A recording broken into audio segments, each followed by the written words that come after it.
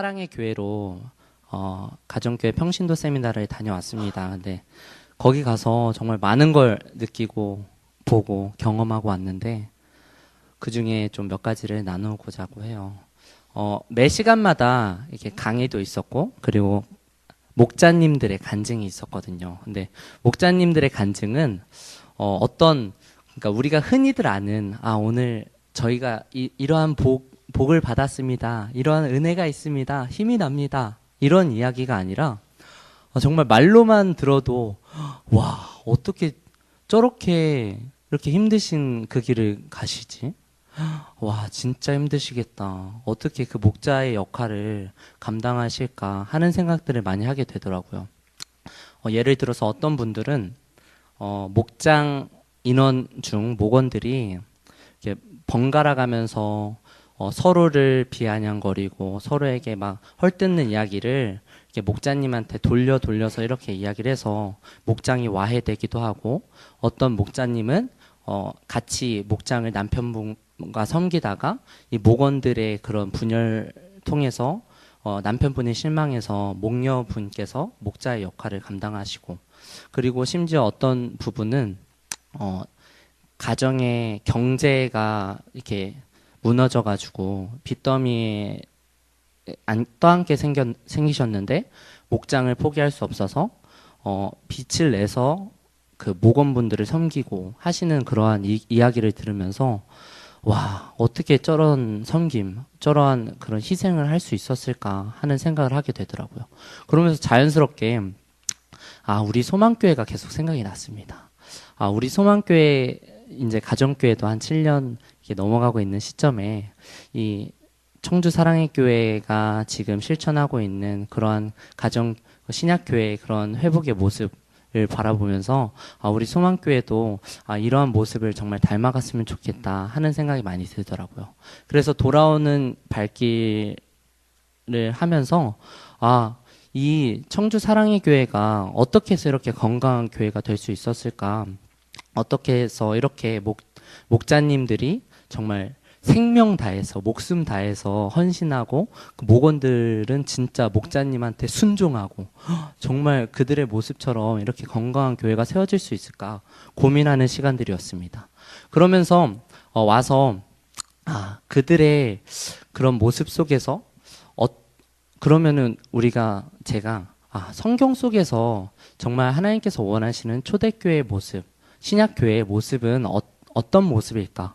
그리고 청주 사랑의 교회가 가지고 있는 모습과는 어떻게 다르고, 그리고 우리 교회와는 어떠한 모습이 좀 다른가 고민해보는 시간들을 가졌습니다. 그래서 묵상을 하면서 어떠한 말씀을 보면서 좀 묵상을 하게 됐냐면, 오늘 함께 읽어본 말씀이었던 5장의 아나니아와 삽비라 이 부부 이야기를 묵상하게 되었습니다. 다들 이 이야기를 다 아시겠지만 아나니아와 삽비라 부부는 그 초대교회에 이렇게 소유된 땅을 팔아서 그 재산의 전부를 사도들 앞에 드린 게 아니라 본인의 일부를 챙겨서 나머지 것들을 이렇게 그 사도들한테 드려가지고 베드로를 통해서 하나님께서 벌하셔서 그 자리에서 즉사를 하거든요. 근데 이 모습이 떠오르면서 이 아나니아와 삽비라의 이 부부의 모습이 너무 저의 모습 같다는 생각이 들더라고요. 이 말씀을 묵상하면 묵상할수록 아나니아와 삽비라 이 부부의 모습이 저의 모습이라는 것을 느끼게 되었습니다. 왜 그러냐면은 우리 5장 1절부터 이렇게 보시면 아나니아와 삽비라의 이야기가 나오지만 4장 후반절에는 다른 인물의 이야기가 나오거든요. 4장 후반절 보면은 4장 32절부터 그리고 37절까지 말씀을 보면은 그 초대교회의 모습들이 나옵니다. 32절 보면 믿는 무리가 한마음 한뜻이 되어 모든 물건을 서로 통용하고 자기 재물을 조금이라도 자기 것이라 하는 이가 하나도 없더라. 사도들이 큰 권능으로 주 예수의 부활을 증언하니 우리가 큰 은혜를 받아 그 중에 가난한 사람이 없으니 이는 밭과 집 있는 자는 팔아 그 판 것의 값을 가져다가 사도들의 발 앞에 두매 그들이 각 사람의 필요를 따라 나누어 줌이라. 구브로에서 난 레위족 사람이 있으니 이름은 요셉이라. 사도들이 일컬어 바나바라. 번역하면 위로의 아들이라. 하니 그가 밭이 있음에 팔아 그 값을 가지고 사도들의 발 앞에 두니라. 이 아나니와 삽비라 부부의 이야기를 보기 전에 4장 후반절에 바로 바나바라는 인물이 등장합니다.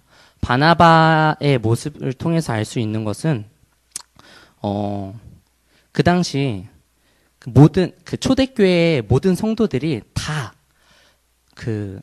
엄청 열심을 내셨죠. 자기의 재산을 공유하고.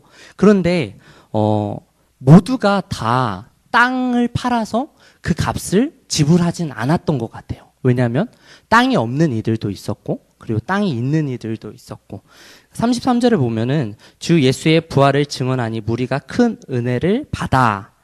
은혜를 받은 이들이 그 가난한 자들을 위해서 밭을 팔기도 하고 어떤 사람은 땅을 팔기도 하면서 그들을 섬기고 했던 모습입니다. 그런데 중요한 것은 여기에 바나바가 자기의 밭을 팔아서 그들을 섬기겠다고 이렇게 밭의 값을 사도들한테 드렸고 그리고 아나니아와 삽비라 부부가 어떻게 보면은 나름 잘 사는 사람들이었기 때문에 자기의 밭을 팔아서 그 전부는 아니지만 어느 정도를 사도들한테 주는 모습이 어떻게 보면 대조돼서 이 모습이 바로 등장하더라고요. 그러면서 들었던 생각이 아나니아와 삽비라가 어떠한 죄를 범했기 때문에 어떠한 죄를 범해서 하나님께서는 이들을 심판하셨을까 하는 생각이 들더라고요. 과연 그냥 자기의 모든 재산을 그냥 금전적인 재산을 다 드리지 않아서 하나님께서 벌하신 걸까? 제가 믿는 하나님이라면은 그런 분이 아니실 것 같아요. 가난한 이들에게는 비둘기를 이렇게 재물 삭스로 내라 하시는 그 하나님께서 자기의 재물 전부가 아니지만 어느 정도 자기의 재물을 팔아서 드렸던 이 아나니아와의 삽비라 부부의 이 헌신을 하나님께서는 충분히 받으셨을 만한데 과연 어떠한 이유가 있어서 이 부부의 이 헌신을 받지 않으셨을까 하는 고민을 하게 되더라고요. 그러면서 발견했던 말씀이 바로 5장 1절 2절의 말씀입니다. 5장 1절 2절 다시 한번 같이 읽어보도록 할게요. 시작. 아나니아라 하는 사람이 그의 아내 삽비라와 더불어 소유를 팔아 그 값에서 얼마를 감추매 그 아내도 알더라. 얼마만 가져다가 사도들의 발 앞에 두니. 아나니아 하는 사람이 그의 아내 삽비라와 더불어 소유를 팔았다고 합니다. 근데 그 값을 얼마를 감추고 그 아내도 알고 그 얼마를 가져다가 사도들 발 앞에 놨다고 해요.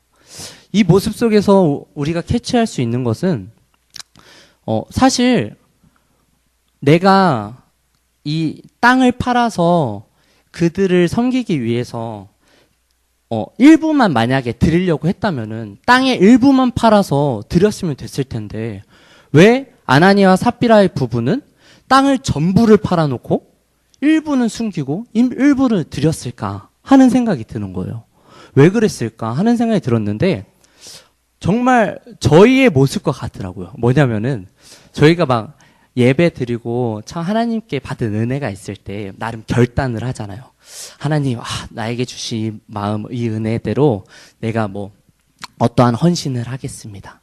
내가 새벽 예배를 나가겠습니다. 아니면 내가 무슨 천일번제를 드리겠습니다. 나름의 헌신의 결단을 하는데 사실상 그 결단들이 나의 행동으로 옮겨졌을 때 사실 내 마음에 갈등이 있더라고요.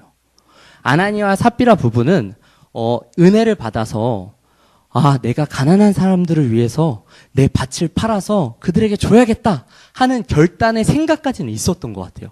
그래서 자기의 땅을 팔기까지는 했어요. 근데 실제로 그 땅을 팔고 나니 그 값을 보니까 너무 아까운 거예요. 그렇다고 해서 이거를 팔아놓고서 안 드리기도 뭐하고, 그럼 아내랑 이렇게 합의해가지고 적당히 하나님한테 드리고, 이 나머지는 우리의 노후를 위해서, 아니면 우리의 나중 계획을 위해서 이렇게 드리자. 우리를 위해서 사용하자. 이렇게 이야기를 나눴었던 것 같아요. 근데 이 모습 속에서 너무 저의 모습이 보여지는 거예요. 그러니까 제가, 그 청주의 사랑의 교회 그 목자, 목녀님들, 목원분들의 모습을 보면서 저랑 엄청 비교가 됐거든요. 왜냐면 그분들은 진짜 평신도신데도 정말 한 영혼을 위해서 진짜 밤새 기도하시고 정말 물질로 섬기시고 그들의 필요를 위해서 진짜 목숨도 아끼지 않으실 정도로 막 그렇게 섬기시는데, 정말 나는, 사역자인 나는 내가 섬기고 있는 아이들, 내가 함께하는 성도들을 향해서 정말 뜨겁게 기도하지도 않고 그냥 적당히 섬기고 적당히 그들과 함께하고 그들을 위해서 이렇게 나름 수고하고 하는 모습을 보니까 정말 내가 비교가 되면서 정말 아나니와 삽비라 부부의 모습처럼 정말 내가 사역을 하고 있는 것 같다 하는 생각이 많이 들더라고요. 그러면서 한 가지 의문이 들었습니다. 뭐냐면은 바나바는 어째서 아나니와 삽비라 이 부부와 다르게 자기의 그 밭을 다 팔아서 그 값을 하나님께, 이 사도들에게, 가난한 자들에게 드렸을 수 있을까? 그러니까 청주 사랑의 교회의 성도님들의 모습을 통해서 봤었던, 어떻게 이들이 이게 목원분들한테 이렇게 헌신적이지? 실제로 제가 묵었던 그 목자님 댁에는 그 집이 이렇게 뭐 거의 파산위기에 가셨어요. 근데 목원분이 갑자기 본인이 사업을 해보겠다고 막 기도 제목을 내고 막 이러는 거예요. 근데 목자님이 이분이 돈이 없는 걸 아니까 자기가 이렇게 제2금융에서 돈을 빌려다가 목원들한테 이렇게 준 거예요. 이거 갖다 좀 사업에 좀 보태라고. 이런 말도 안 되는, 우리 상식으로는 볼 수 없는 이런 헌신과 수고, 그들의 섬김, 이 모습을 어떻게 행할 수 있을까? 어떻게 그렇게 헌신하면서 섬길 수 있을까?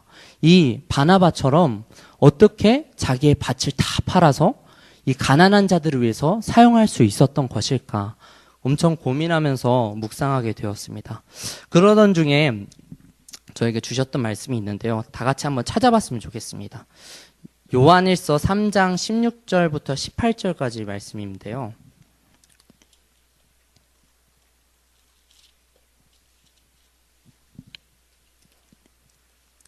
요한일서 3장 16절부터 18절까지 말씀.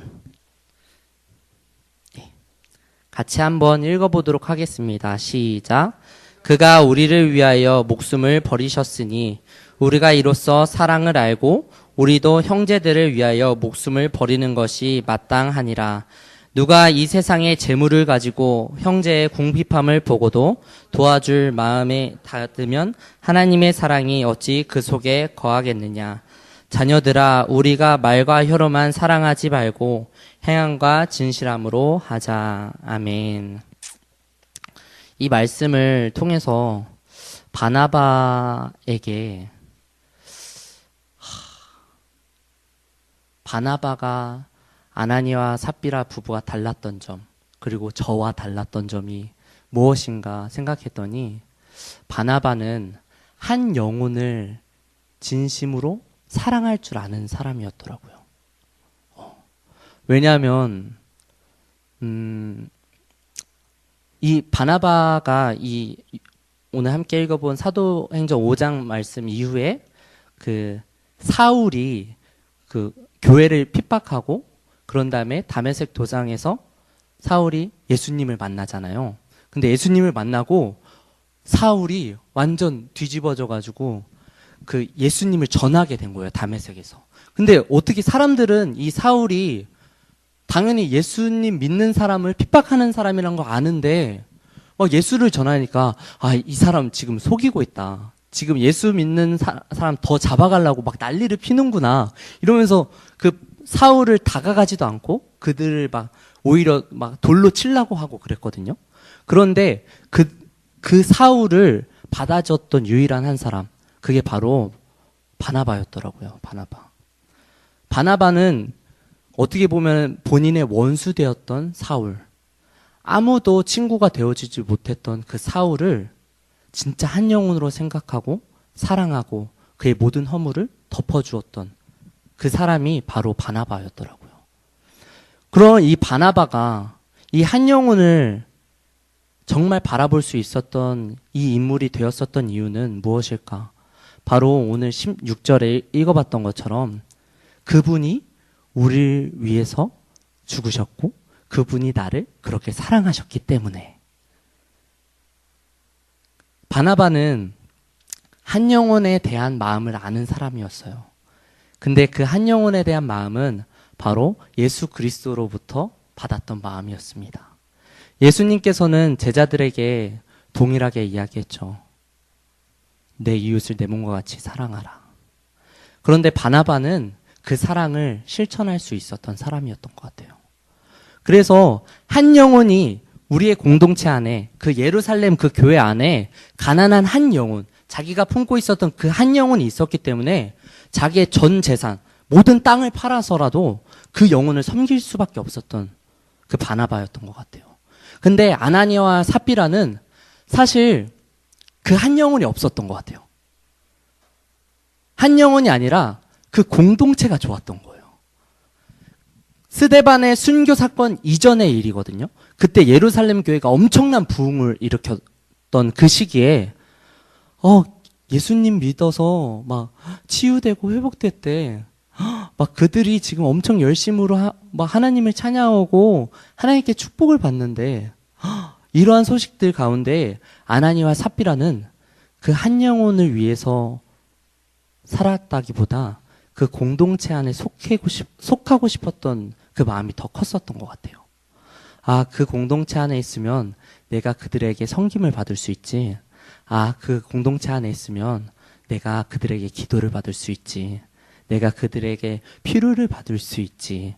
라고 생각하면서 그들은 그 가운데 있었고, 그리고 하나님께서 명령하셔서 그 마음을 움직여서 밭을 팔기까지는 했는데 그 전부를 드리지 못했었던 그런 모습이 아니었나 생각이 듭니다.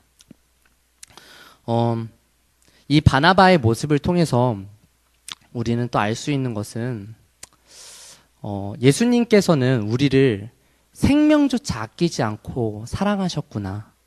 그러니까 우리의 그 목장 가운데 우리 목장 안에 이 목자님, 이 목자님은 예수 그리스도를 닮은 예수 그리스도가 그 목자 되신 그 목장 안에 한 사람인 거죠. 그래서 우리가 바라볼 것은 예수님이구나. 예수님께서 목자 되시고 우리에게 생명조차 아끼지 않으셨구나 하는 생각이 들더라고요. 우리 소망교회를 돌아보면은 그런 생각이 있습니다. 뭐냐면은 우리 목장별로 너무나도 이렇게 다들 화합이 잘 되고 기쁘고 사랑이 넘치고 하는데 어느 순간부터 우리 목장 가운데 그 목원분들의 그런 마음 가운데, 목자님의 마음 가운데 한 영혼에 대한 마음들이 많이 사라지지 않았나 하는 생각이 많이 들더라고요. 청주 사랑의 교회에서 제가 정말 큰 도전이 되었던 게 목자, 목녀, 목원분들 모두가 그 한 영혼에 대한 그 갈급한 마음들이 너무나더라고요. 그래서 심지어 7개월 만에 목원에서 목자로 분리 개척을 하신 그런 분들도 있고요. 근데 그분들의 그런 모습을 보면은 사실 많이 부족해요. 저희 목장보다 엄청 부족한 점이 많아요. 완벽한 건 아니거든요. 그런데 그 마음에 그 한 영혼에 대한 갈급한 마음이 있는 거예요. 그래서 자기가 받았던 그 섬김과 사랑, 생명다의 목자로부터 받았던 그 사랑을 그 한 영혼에게 흘려보내려고 부단히 애를 쓰고 기도하고 헌신하고 그러시더라고요. 그런 모습을 통해서 우리 교회도 다시 한번 우리 신약교회의 회복을 위해서 한 영혼을 품으면서 나아갔으면 좋겠다 하는 생각이 많이 들었습니다. 이제 말씀을 마무리하려고 해요. 말씀을 마무리하려고 하는데 그런 생각이 듭니다. 우리에게 한 영혼이 회복되어지려면 어떻게 해야 될까? 우리에게 각자에게 주셨던 하나님께서 주셨던 그 한 영혼이 분명히 있습니다. 그런데 우리가 삶을 살다가 삶에 지쳐서 그 한 영혼을 바라보지 못하고 까먹게 될 때가 많습니다. 실제로 제가 청소년부 목장을 섬기지만 그 시기마다 제 눈에 정말 들어오는 아이들이 있어요. 정말 말도 안 듣고 정말 목장 모임도 잘 안 오고 정말 이렇게 진짜 어떻게 해야 되나 싶은 아이들이 있는데 신기한 게 시간이 지나서 그 아이가 교회 떠나도 어느 때가 되면은 연락이 와요. 그래서 선생님 잘 지내세요? 아니면은 뭐 어떻게 목장 모임 가도 돼요? 뭐 이렇게 연락이 오더라고요. 근데 그 모습 보면서 하나님께서 매 순간 그 때에 따라서 나에게 붙여주시고 생각나게 하시고 깨닫게 하시고 기도하게 하시는 그 한 영혼이 있더라고요. 그런데 우리가 그걸 까먹으면서 살더라고요. 그래서 오늘 함께 찬양하고 기도할 때 하나님께 그 한 영혼에 대한 마음을 다시 한번 구해봤으면 좋겠습니다. 우리는 까먹었을지라도 하나님께서는 반드시 기억하십니다. 우리가 찬양하고 기도할 때 하나님께서 그 영혼에 대한 마음을 다시 부어주실 줄 믿습니다. 우리 이 시간 함께 찬양할 때 나의 주, 나의 하나님 함께 찬양하면서 우리 기도하는 시간 갖도록 하겠습니다.